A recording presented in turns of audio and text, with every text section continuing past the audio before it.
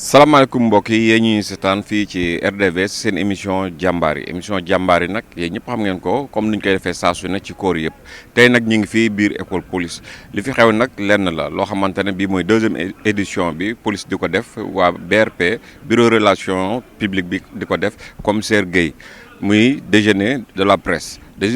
nag boo ko déggee police day communiquer ak population bi xamal leen parce que police communication bi baax na bu ko deful rek day am ñeneen ñu communiquer ci place am parce que boo xoolee fan yi ñu génn rek ñu ngi naan couvre-feu am na ñëpp daw di tëju fekk police annoncé wu ko gendarmerie annoncé wu ko genre yooyu nag la ñuy éviter moo tax day baax léeg-léeg ñoom ñu génn def seen bilan ci année bi li ñu fi jot a liggéey ci agression yi fi am tamit dalal xelu population bi tey loolu moo fi waral suñu ñëw teewaay fii ñu dem seetaan ko daal di dellusiwaat fii ci plateau bi. ngeen ñëw wuyu woote bi nga xamante ni police nationale moo leen ko woo jaarale ko ci banqaas bi nga xamante ni moo yor lépp lu jëm ci wàllu jëflante ak ñi nga xamante ni ñooy way taskatu xibaar yi ngir mën a jàllale li nga xamante ni mooy xibaar yi nga xamante ni mën nañ ko jëlee ci liggéey bi police liggéey ci at bi ñu génn. ñu ngi ko bëggoon a def nag boobu ak léegi mu def ab diir mais yàlla def na ni xëy na boobu ak léegi ñu ngi am ay gàllankoor yu tax mënuñu ko woon a organiser. tey nag ñu ngi koy def maa ngi ci ànd ak sama ay naataango yi nga xamante ni ñoom laa bokkal liggéey bi ñu mën ci lim commissaire Kandé nga xamante ni moom moo jiite banqaasu police bi xeex lépp lu jëm ci wàllu ñaawteef jëmale ko ci way xarale yi mu ñëw teewal fii direction bi ñuy wax police judiciaire ci ak ginnaaw moom am nañ fi commissaire de police Cheikh Ahmed Tidiane Thiam bi nga xamante ni moom moo diriger commissariat bu Point E mu ñëw teewal fii direction de la sécurité publique ci sama ndeyjoor commissaire Makhtar Meng moo fi teewal direction bi nga xamante ni moo yor lépp lu jëm ci wàllu tàggat way takk der yi ci fële ci wàllu bi ñu ngi fi am commissaire Ibrahima Senghor mu teewal fi direction bi ñuy wax la direction de la police de l'air et des frontières maanaam direction wu police bi nga xamante ni mooy saytu lépp lu jëm ci wàllu dugg ak génn nit ci territoire bi ak lépp li nga xamante ni également mu ngi aju ci li ñuy wax la police des frontières maanaam fépp fi nga xamante ni police war na fa nekk te nekku fa te ñoom ñu nekk ci wàllu frontières yi dañuy def liggéey boobu boole ko ak liggéey bi nga xamante ni mooy li ñuy woowee la gestion du flux migratoire. alors bu loolu weesoo banqaas yi nga xamante ni yépp ñoo aju ci police muy li ñuy woowee ci suñu waxin les directions opérationnelles ak direction administrative maanaam direction yi nga xamante ni ñoom daanaka seen liggéey lu ci ëpp ci terrain bi lañ koy def ñu ci bari ñu ngi fi teew li ci jubluwaay bi rek mooy fexe ba lépp li nga xamante ni ay information la population bi soxla ko ci doxalin ak liggéeyu bi nga xamante ni police mu ngi koy def ngir sàmm seen ay moomeel ñu fexe ba information yooyu ñoom ñu jot ci li tax ñu ciy jot nag il faudrait que ñun ñu jaarale ko ci presse bi xëy na suñu li ñuy wax ak presse bi bariwul li ñuy génn bariwul mais xam nañ ni population bi soxla nañu police génn di wax ak ñoom loolu dina gën a dalal seen xel beneen bi ci aju mooy su police waxul ak population bi ñeneen ñooy wax ak population bi te bu boobaa xëy na dina am lu ñuy dugal ci bopp population bi ba nga xam ni xëy na du lépp mooy bañ a nekk dëgg mais dina ci am loo xamante ni xëy na du dëppoo ak li nga xamante ni moo am te bu boobaa li muy jur rek mooy fexe ba population bi ragal dootuñu ñeme alors que yëf yi fi ñu koy yóbbu yenn saay ak fi muy yegg du doon benn donc boo xoolee ñaar yooyu moo waral daje bi tey ci école nationale de police ñu tënk ko rek ci ñett wala ñeenti anam bu njëkk bi mooy jëm ci wàllu xeex sinébar ci wàllu xeex sinébar police jaarale ko ci banqaasam bi ñuy woowee OCRTIS def na ci ay jéego yu am solo yenn saay moom rekk moo koy def mais yenn saay da ciy lëkkaloo ak ñeneen ñi nga xamante ni ñu ngi liggéey ci wàllu wi jëm lu mel ni waa douane ñu mel ni ñeneen ak ñeneen ba tax na boo xoolee li jëm ci année bi yépp jëm ci 2021 statistique maanaam li nga xamante ni police liggéey na ko ci wàllu wu ni mel wane nañu xeetu sinébar yi ñuy jëfandikoo ci réew mi li ñuy woowee ci suñu langue yamba moo ci gën a ëpp solo am na ci nag yeneen xeeti sinébar yoo xamante ni xëy na soit yenn saa yi day jaar ci réew mi lu ci bari maanaam li ñuy woowee zone de transit wala mu am ñoo xamante ni dañ koy consommer mais échelle bi yeggul fi nga xamante ni foofu la yamba bi yegg te bu ñu seetloo saisie yi nga xamante ni def nañ ko ci yépp bu ñuy comparer ci région yiñ ko saisiré Thiès moo ci jiitu bu Thiès weesoo Kolda moo ci topp région wu Dakar doog a ñëw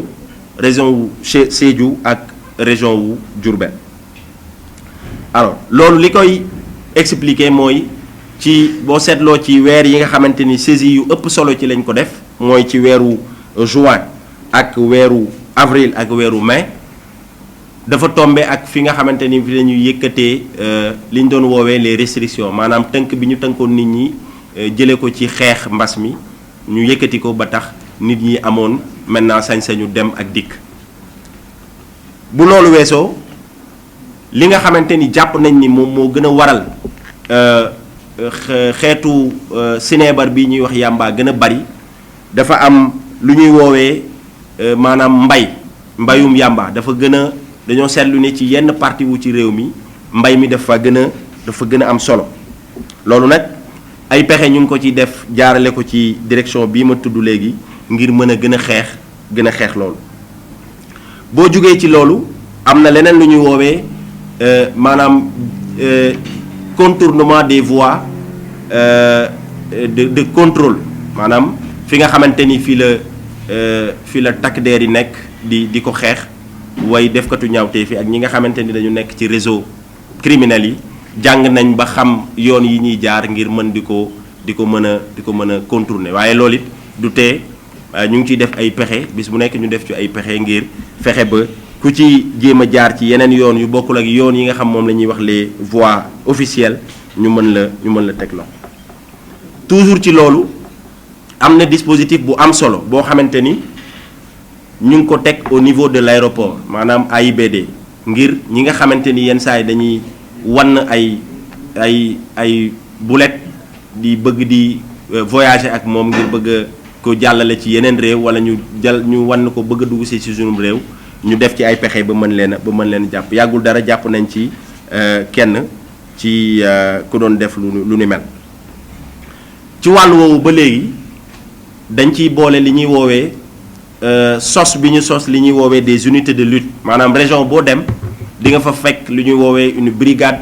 régionale de stupéfiants boo xamante ni département bu ci nekk day am lu ñuy woowee des unités de lutte boo boolee banqaas yooyu boole ko ak section opérationnelle bi nga xamante ni mu ngi nekk Dakar boo dajalee loolu lépp day nekk benn dispositif bu am solo boo xamante ni police nationale teg na ko ngir gën di xeex li nga xamante ni mooy wàllu sinébar li ci mujj te ma lim ko sànq moo jëm ci wàllu partenariat parce que yenn saa yi police moom kese du wéet ci liggéey bi daf ciy ànd ak ñeneen ñim ciy àndal nag yenn saa yi day laaj ñu lëkkaloo ci suñu biir boole suñu ay doole boole ay suñu ay moyens ngir mën a gën a xeex lu ni mel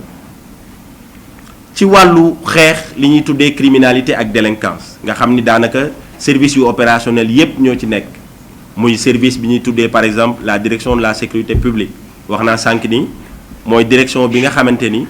dafa dajale lépp lu ñuy woowee commissariat de sécurité publique nga xam ni région boo dem di nga fa fekk un commissariat central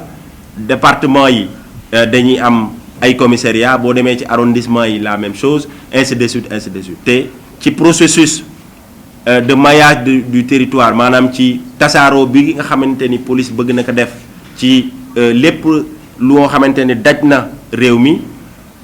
ñu ngi ciy def ay jéego yu am solo ngir ci diir bu gàtt ñu mën a daj ay maanaam fi nga xamante ni moo gën a sori ci biir réew mi direction boobu nag daf koy bokk ak yeneen direction yi ma tudd sànq nga xam ni mooy direction de la police de l'air et des frontières direction OCRTIS bi ma tudd sànq ak la direction de la police judiciaire ngir xeex lépp lu dugg ci wàllu criminalité. ci 2021 li nga xamante ni xayma police def na ko ci liggéey bi nga xamante ni def nañ ko ci domaine bi gis nañ ni wàllum defu ñaawteef yi nga xamante ni am na ñu tuddee ko délinquance ak criminalité wàññeeku na ci li toll ci 2,19% maanaam wàññeeku na ci ñaari tomb yu teg ak ci wàllu leeral yi nga xamante ni police mu ngi koy def ci ñi nga xamante ni def nañ ay ñaawteef ba pare li ñuy woowee taux d'élucidation maanaam def nañ naka su dul noonu ba pare te police fexe ba jàpp leen jébbal leen yoon loolu mën nañ ni téeméeri nit yu ne yu def ñaawteef ci 2021 police jàpp na juróom-ñeent fukki ak juróom-ñeent loolu muy taux bu am solo boo xamante ni boo ci dollee délai d'élucidation bi ñu ci bari en moins de 24 heures maanaam benn fan lu ci gën a bari ñaari fan police da leen di teg loxo ba jébbal leen yoon loolu mu nekk lu am solo loo xamante ni xëy na dinañ ko war a gën di wane ngir que population bi gën a seen xel gën a dal ñu xam ni police mu ngi def li ko war ngir sàmm leen sàmm également seen ay moomeel. kon ci tënk police ci li nga xamante ni constaté nañ ko ci li nga xamante ni moom la ñuy tuddee ay infraction maanaam ci ñi nga xamante ni jàll nañ yoon mu ngi toll ci 22 422 ko doon wax ci olof mooy ñaar fukki junni ak ñaari téeméer ak ñaari junni ak ñeenti téeméer ak ñaar fukk ak ñaar olof bi nag yenn saa yi day ci chiffres yi mën nañ ci juum ngeen baal ñu ko ci infraction yi nga xamante ni constaté nañ leen ci nit yi nga xamante ni maintenant présenté nañ leen maanaam jébbal nañ leen yoon ñu ngi toll ci 15 189 alors bu ñu xoolee maintenant ci lépp lu jëm ci wàllu domaine criminalité dañu seetlu ni infraction wala ñaawteef yi jëm ci wàllu wuruj ak wàllu ndax nit jël alalam mooy infraction yi ci ëpp solo maanaam li ñuy woowee les infractions contre les biens mooy infraction yi ci ëpp solo ginnaaw yooyu infraction gis nañ ni yeneen infraction yi nga xamante ni am na solo te mu bari lool ba xaw a sax jéggi dayoo mooy infraction yi nga xamante ni nit yi ñu ngi koy def te jaarale ko ci way xarale yi may man soit day nekk way xarale yi ci boppam ñoom ñooy objet de l'infraction wala boog ñoom la ñuy utiliser ngir commettre les infractions mooy lépp lu ñu tuddee infraction en rapport avec internet buñ ko xaymaa ci 2021 plus de 1510 personnes jàpp nañ leen ci ay infractions constaté nañ ko ci internet ñu jàpp ci presque lu jege 477 personnes yoo xamante ni déféré nañ leen ci juridiction yi boo ko méngaleeg li xamante ni moo amoon 2021 mu ngi tolloon ci 1221 donc dañuy gis ni infraction yooyu nekk ci wàllu internet bi dafay gën di yokk xëy na loolu commissaire Kandé dina ci gën a indi ay leeral li jëm ci wàllu xeex wàllu trafic de migrants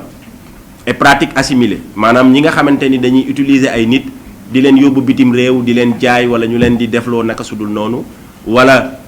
xëy na ñuy organiser li ñuy woowee ci suñu langue Barça wala Barsaq ñu leen di woowee ay réseau de passeurs li ñuy tuddee direction de la police de l'air et des frontières def na ci jéego yu am solo ba tax phénomène bi ñu doon woowee Barça ak Barsaq wàññeeku bu am solo boo seetloo lépp lu jëm ci wàllu ñi nga xamante ni ñooy ay réseau de passeurs ñu ci bari jàpp nañ leen ba jébbal leen yoon boo xoolee également li nga xamante ni mooy ay arrivée ci wàllu bateau yi nga xamante ni dafay yàpp ay migrants di leen yóbbu ci bitim réew wàññeeku na de l'ordre de 90% maanaam ci année 2021 ñeenti bateau rek la ñu jàpp ni jóge nañ Sénégal yegg ci fi ñuy wax île Canaries boo ko méngaleeg li amoon 2020 mu ngi tolloon ci 43 maanaam ñeent fukk ak ñett donc boo xoolee boo méngalee ñaar yi da ngay gis ni am na wàññeeku bu am solo wàññeeku boobu nag liggéey bu am solo la ci police liggéey pour mën a ñi nga xamante ni ñu ngi am ay yéene ngir bëgg a dem ñi nga xamante ni ñooy organiser pour di leen yóbbu ñuy pour fexe di def ay action ngir di mën a artu di mën a anticiper seen ay action yooyu ba nga xamante ni duñ ko mën a def li jëm ci wàllu sécurité routière maanaam accident yi am ci wàllu tali yi ci 2021 gis nañ ni accident yi nga xamante ni ay matériel bi nit yi di am maanaam oto yi def ci yàqu yokku na ci lu toll ci 2,56% maanaam ñaari tomb yu teg accident yi nga xamante ni nit daf ciy loru maanaam daf ciy jëlee ay gaañu-gaañu loolu it yokku na ci lu toll ci 2,51% maanaam ñaari tomb yu tegu bu ñu xoolee nag accident yi nga xamante ni nit daf ci ñàkk bakkanam ci li nga xamante ni police constaté na ko dans sa zone de compétence mooy wàññeeku na ci benn tomb bu manqué tuuti maanaam 0,27%. yokk boobu nag ci wàllu accident yi dañu gis ni li koy indi lu ci bari ci wàllum doxalin la ci ni ñuy dawale maanaam ku sonn nag maanaam daal gis nañ ni ci li ñuy woowee cause humaine moo koy waral wala li ñuy woowee cause technique maanaam oto bi ci boppam xëy na moom melul ni mu war a mel waaye police def na ci ay jéego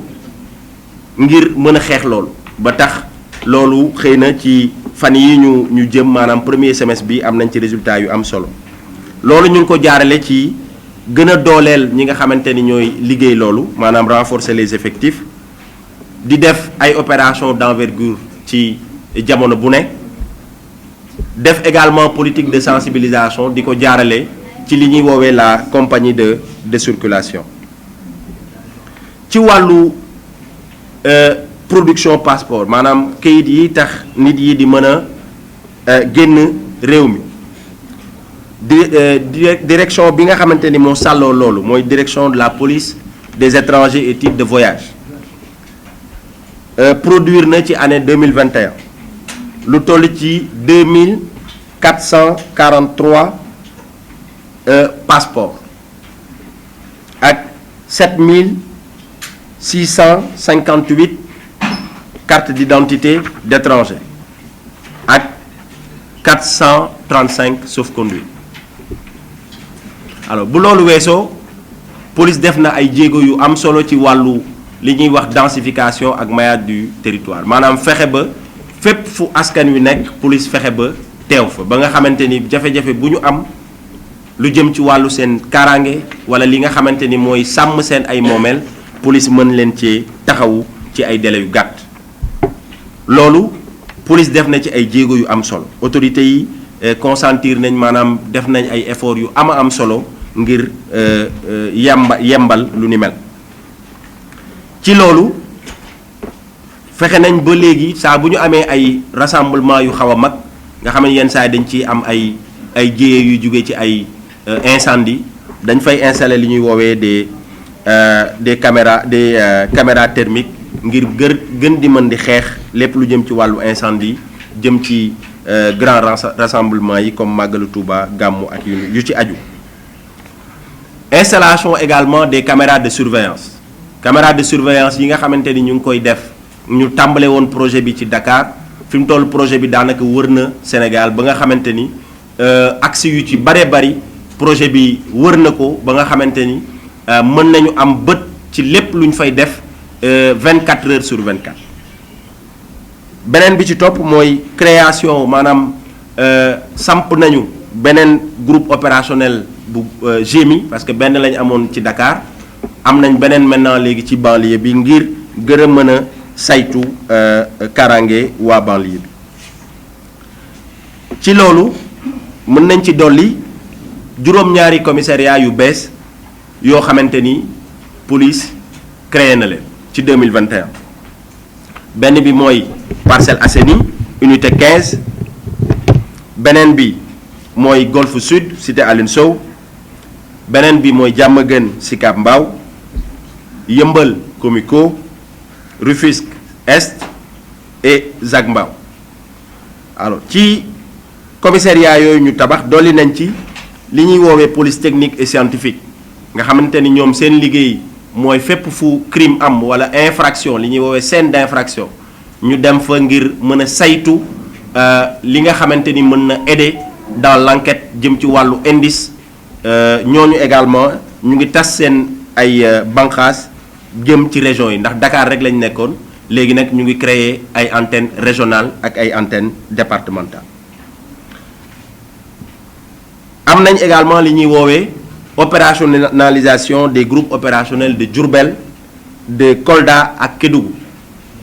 li ñuy woowee groupe opérationnel mooy ay détachement wu GMI yoo xamante ni dañ leen di yóbbu dans chaque région et maintenant presque dans chaque département ngir que ñoom également ñu gën a mën a saytu gën a mën a ñëw en appoint service de police notamment ñi nga xamante ni ñooy waa sécurité publique en cas de besoin donc amoon nañ ci région yu bari boo demee Thiès am na groupe opérationnel boo demee Kolda am na boo demee Saint-Louis am na et cetera donc ñu ngi tas seen ay bànqaas fi mu toll nii démarré nañ bu Diourbel bu Kolda ak bu Kédougou tabax nañ également ay postes frontaliers maanaam comme que police moo am compétence su gérer dugg beeg génn bi ci wàllu frontière wax naa ko sànq mooy gestion des flux migratoires dañuy nekk ci frontières aériennes yi terrestre ak maritime boo xoolee nag maintenant li ñuy wax frontière terrestre am nañ lu ñuy woowee des postes frontaliers tabax nañ ci yu bees tabax nañu également ay antennes régionales yoo xamante ni day nekk ay prolongement ou li ñuy woowee la division nationale de lutte contre le trafic illicite de migrants et pratiques assimilées maanaam banqaasu police bi nga xamante ni mooy saytu lépp lu jëm ci wàllu jaay nit wala yóbbu nit yi ci anam boo xamante ni jaarul yoon tabax nañu également lu ñuy woowee benn brigade antiterroriste boo xamante ni ñu ngi ko logé à la division de la police judiciaire def nañu également li ñuy woowee ay détachements fluviaux mixtes maanaam pour def ay patrouilles au niveau des frontières maritimes loolu ñu ngi ci lëkkaloo ak suñu mbokku douane et am nañ ci bu bees boo xamante ni ubbi nañ ko à Bettenty beneen bi ñu ngi ko ubbi à Djinyak Bara tabax nañ également une salle de simulation de scène de crime tudd naa léegi la division de la police technique et scientifique ñooñu également ngir gën a yokk seen xarañte seen ay liggéey tabax nañ benn salle pour ñoom am nañ également benn laboratoire mobile pour police technique et scientifique ndax dafa doon jar bu ñu demee ci foo xamante ni dafa sori Dakar ñu def ay prélèvement indi ko Dakar ngir mën ko analyser léegi nag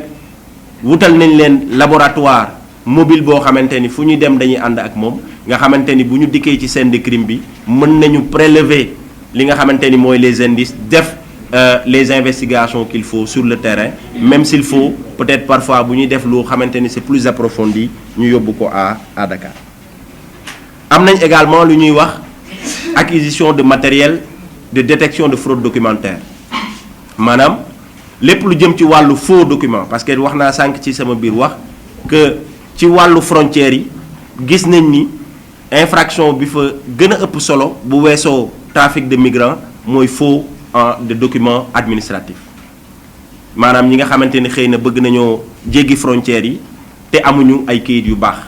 ñuy jéem a wut ay yeneen pexe ngir jéggi frontières yi donc loolu it wut nañ ci ay pexe beneen bi mooy li ñuy woowee des vedettes et des drones de surveillance maanaam vedettes yi nga xamante ni ñooy def les patrouilles ci nga xamante ni mooy ci frontière maritime ak li nga xamante ni mooy ay drone nga xamante ni fi nit mënul yegg ñoom dañ fay yegg et l'information est donnée à temps pour que ñu mën a jël les décisions qui s'imposent et enfin wax naa ko sànq mooy li ñuy woowee centre national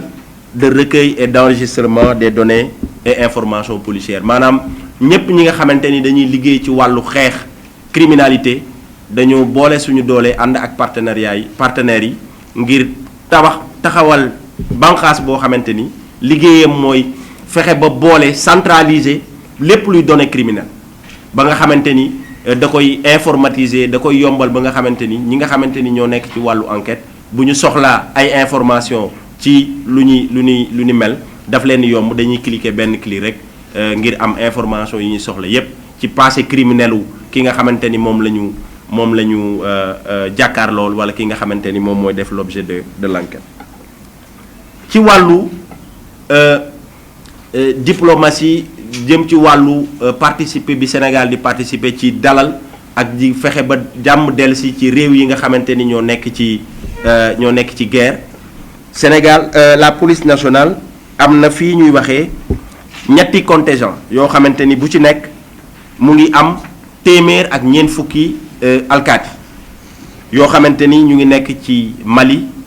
ci Centrafrique ak ci Congo boo xoolee ci total boobu day nekk 420 fonctionnaires de police maanaam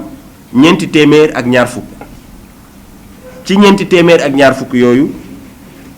lu ëpp juróom fukk ay jigéen lañu ñu ngi nekk ci wàllu théâtre d'opération yi bu weesoo li nga xamante ni c'est moom la ñuy woowee des unités constituées am nañ lu ëpp lu jege daanaka fanweer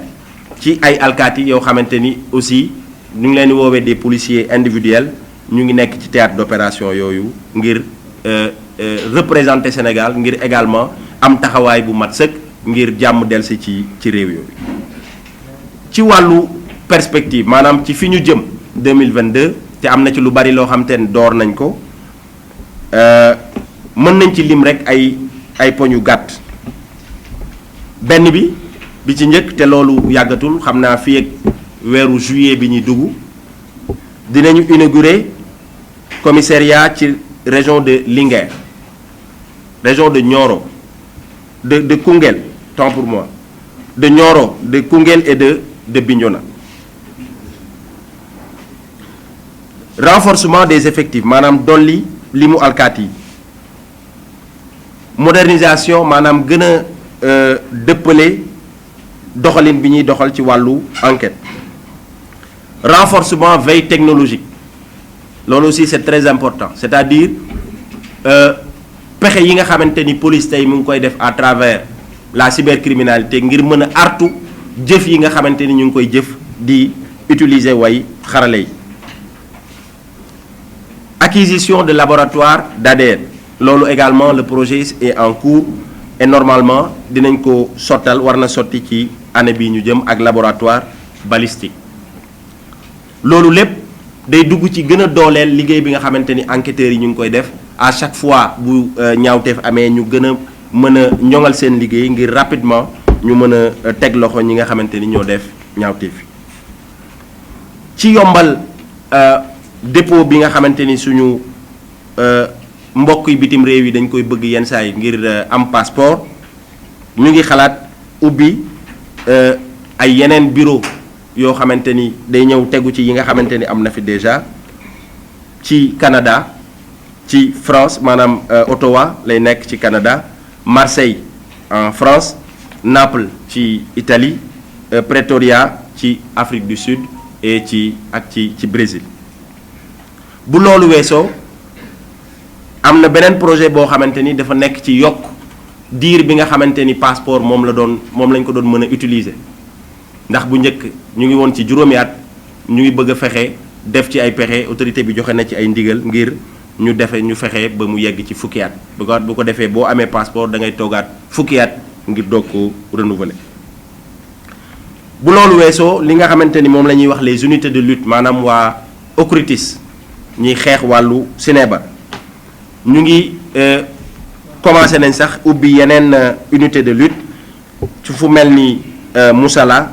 fu mel ni Colobane fu mel ni Bakel Goudiri ak yeneen i gox ci wàllu wu ni mel ba tey ñu ngi fexe ba unité de lutte yi nga xamante ni ñoo nekk Tivaouane ak Médina Yoro Fula ak Diofior Foundiougne Kanel ak Ranérou ñu fexe ba yooyu également ñu opérationnel. Donc ci tënk lii mooy lu ñu mën a jàpp ci ay poñ yu gàtt rek ndax le rapport est là, c'est un document assez volumineux boo xamante ni bu ñu ko fi doon partagé xëy na dina gën a yàgg, mais dañ ciy jukki rek ay poñ yu ñu jàpp ni xëy na am na solo ñu partagé ko ak population bi ngir ñu xam liggéey bi nga xamante ni police bi ngi koy def ngir sàmm leen, ngir sàmm également seen ay moomeel. waaw te wax naa ko sànq effort yooyu ñuy def yépp effort yu ñu mën a teg bët la yàggul dara te xëy na loolu génn na ci question yi dinañ ci ñëwaat du yàgg. am na benn vidéo bu ñu wane muy wane benn waay ou benn groupe nit boo xamante ni dañ doon agressé ci zone Grand Yoff loolu bi mu amee xëy na partagé nañ ko ci réseaux sociaux yi ba nga xamante ni nit ñi sax amoon nañu benn moment ragal ngir génn seen ay buntu kër ñuy dalal xelu population bi ñu xam ni liggéey bi nga xamante ni police def na ko ci ou mi ngi ko ciy def war na tax seen xel ñu dal ndax ñooñu bi ñu defee loolu fi ñu ko defee ci mën naa ni dans le feu de l'action maanaam fi ñu ko defee yàggul dara ab diir police jàpp na kenn ci ñoom bi mu jàppee kenn ci ñoom def na investigation yi tax ki nga xamante ni jàpp nañ ko moom ci boppam nangu na ni bokkoon na ci ñi doon def loolu. vidéo bi nga xamante ni doon na circuler dem nañ ba présenter ko ba mu identifier ba wane moom rôle bi mu joué ci jëf jooju yamul ci loolu dafa permettre police ñu identifier ñi nga xamante ni àndoon nañu ak moom ngir def loolu. ci suba si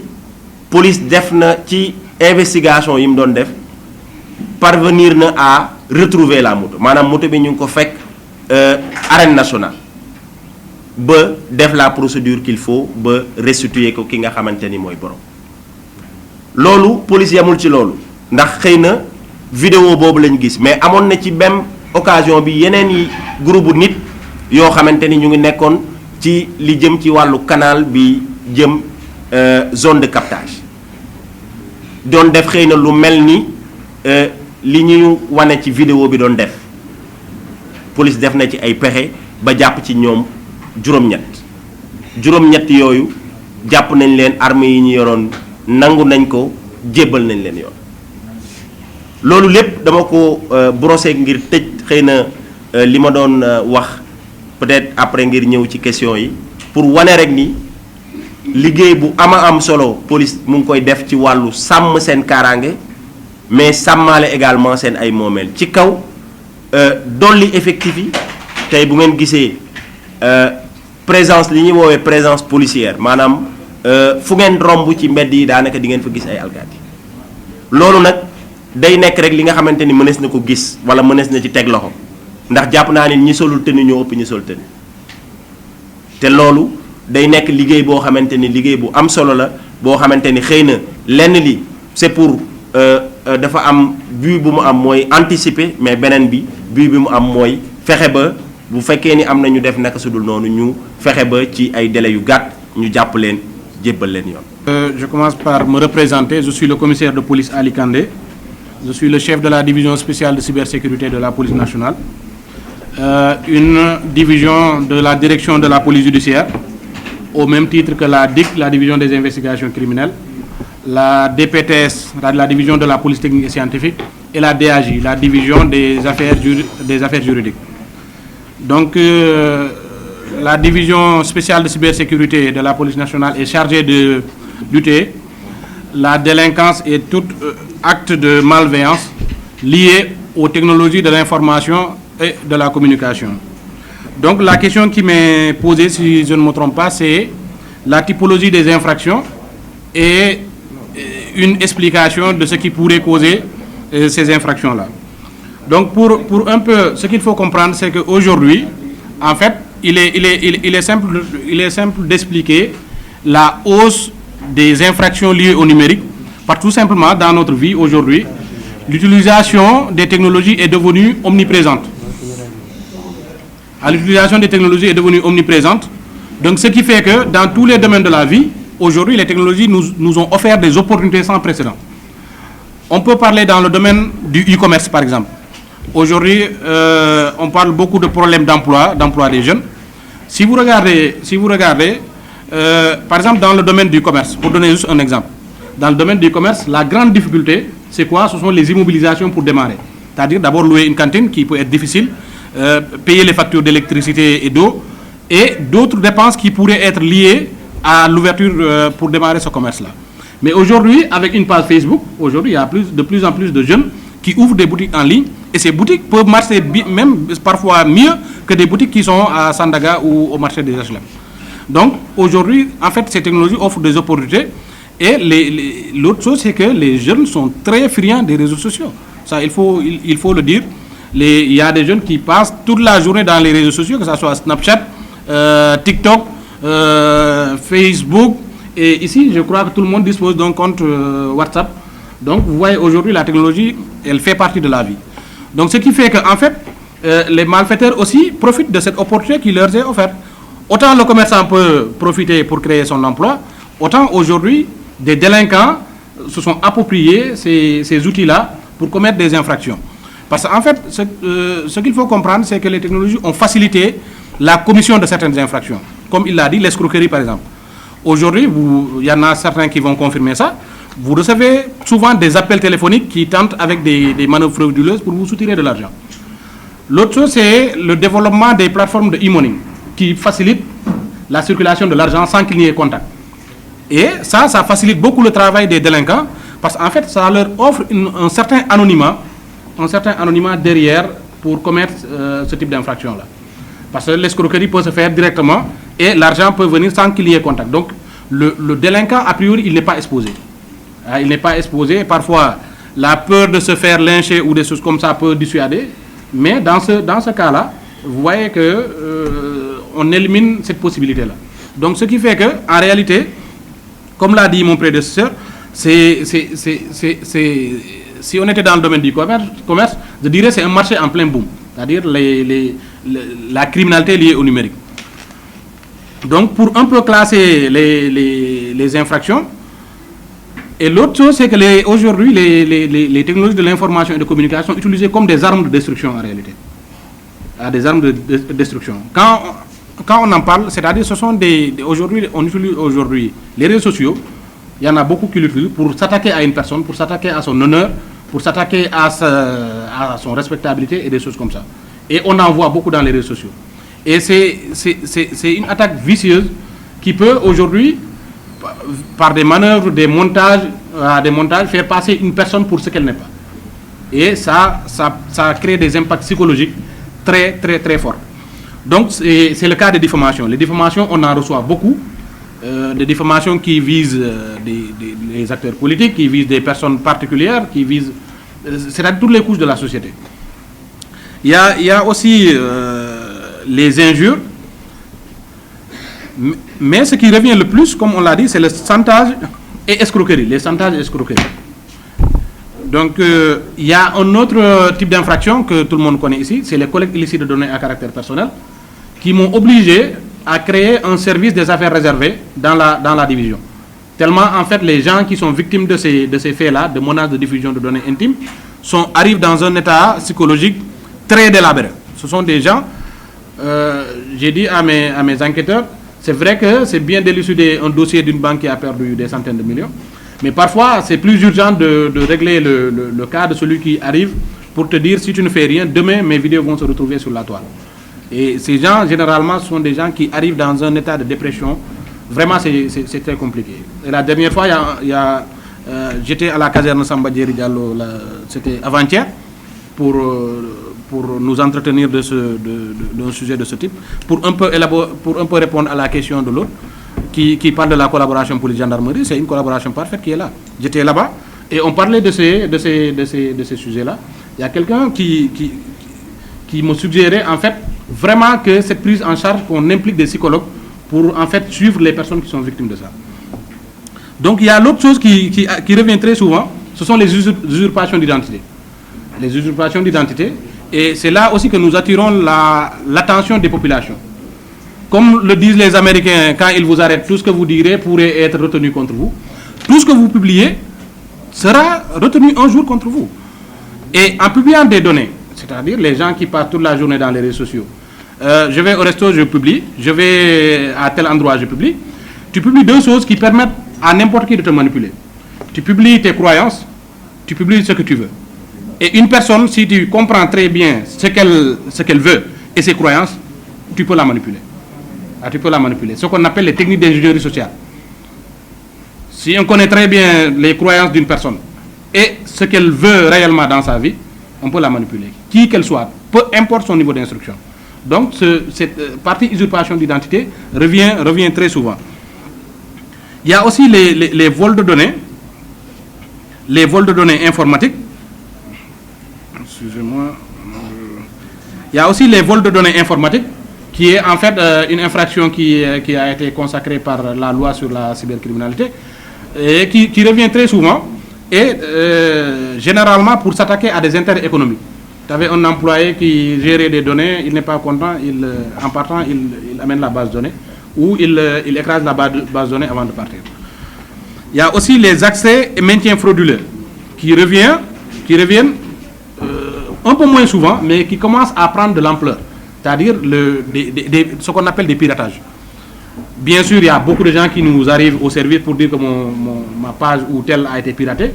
Au finish, on constate que ce n'était pas réellement un piratage technique, quoi. C'est la personne n'avait pas fait le nécessaire pour protéger sa page et quelqu'un, généralement parmi ses proches, récupère la page Facebook.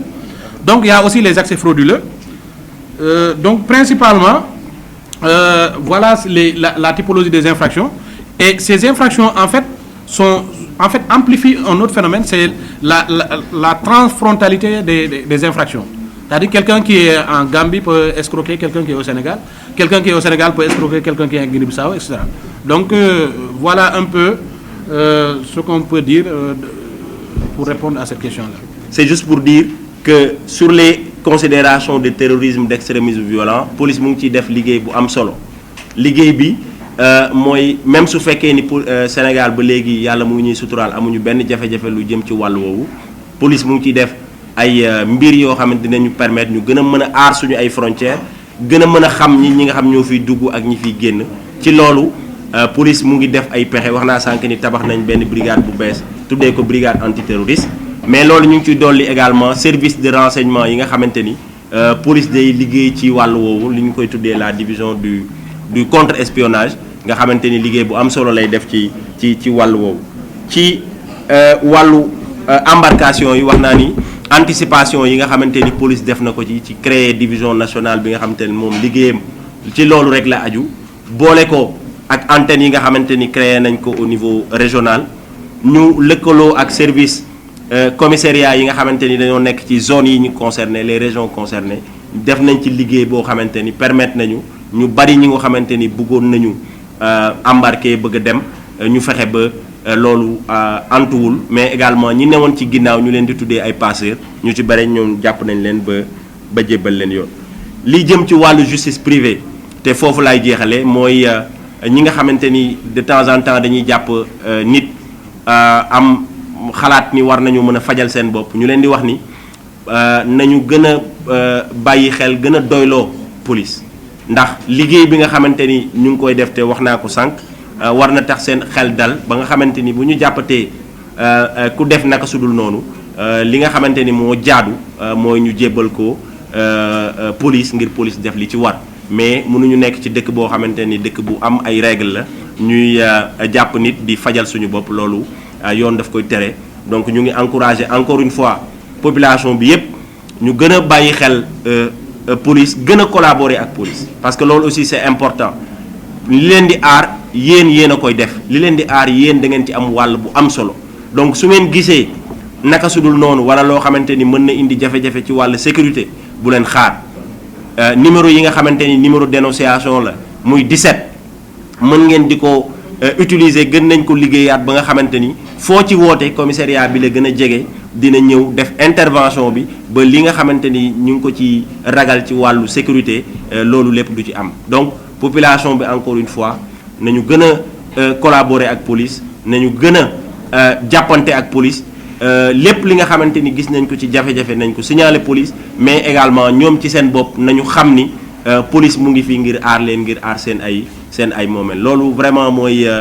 li gën a ëpp solo ci kaddu yi. ñu leen di sant encore une fois di leen gërëm ci wuyu si bi nga xamante ni wuyu si ngeen ñu ko may sant également sama collègue yi nga xamante ni ñoom laa àndaloon ci liggéey bi di leen sant di leen gërëm di leen jox rendez-vous ci beneen yoon boo xamante ni c'est pas du yàgg dara incha allah. gis ngeen ko déglu ngeen bu baax commissaire Guèye lu mu wax moom mi nga xamante ne moom moo jiite bureau relation publique bu police lépp loo xamante ne communication la police di ko def ci loxoom lay jaar leeral na def na bilan lépp loo xamante ne police jot na ko fi liggéey ak agresseurs yi nu ñu mel fan yi ak population bi tamit lu ñuy jóg pour fajal seen bopp loolu yëpp wax na ci déggal ngeen ko seen bopp. lii laa leen indiloon ci émission jàmbaar yi muy ci côté police ak ci côté gendarmerie ma siy jaajëfal bu baax ki nga xamante ne mooy colonel Bokandé nekk gendarmerie nekk directeur pénitence ma ko si jaajëfal ci liggéey bu rafet bi nga xamante ne mi ngi koy def ak colonel Assane Konaté nekk gendarmerie aussi tamit maa ngi ko siy jaajëfal ak lieutenant colonel gendarmerie bu DIVCOM ñu koy wax Ndiaye mi nga xamante ne moo yor communication bu gendarmerie maa ngi ko si jaajëfal ci partenariat bi nga xamante ne am na ko ak waa équipe bu jàmbaar yi di si jaajëfal bu baax tamit côté police ki nga xamante ne mooy Mame Seydou Ndour nekk contrôleur général biir police ak commissaire Guèye yor li nga xamante ne moom mooy bureau relation publique ci entre police ak population bi ak lieutenant Henri Ciss maa ngi ko siy jaajëfal bu baax ci côté douane maa ngi siy jaajëfal bu baax a baax Mame Assane Ciss moom mi nga xamante ne mooy commandant de brigade sud division bu Kaolack central maa ngi ko siy jaajëfal bu baax a baax ñëpp xam nañ ñu waa douane côté Kaolack bi foofu moom fraude pour mu jàll fa problème la moo xam côté faux médicament yi la moo xam côté drogue bi la chaque jour maa ngi leen si wan loo xamante ne lu yéeme la fu gars yi fu ne fu yoo xamante ne ñu ngi koy xalaat dafa nëbb yamba bi wala drogue bi wala faux médicament bi rek colonel Assane Ciss ak équipe am ñu ngi siy def taxawaay bu rafet ñu ko siy remercier di ko wax ne population bi yëpp ñu ngi leen di jaajëfal di leen jox dig daje ba beneen yoon incha allah.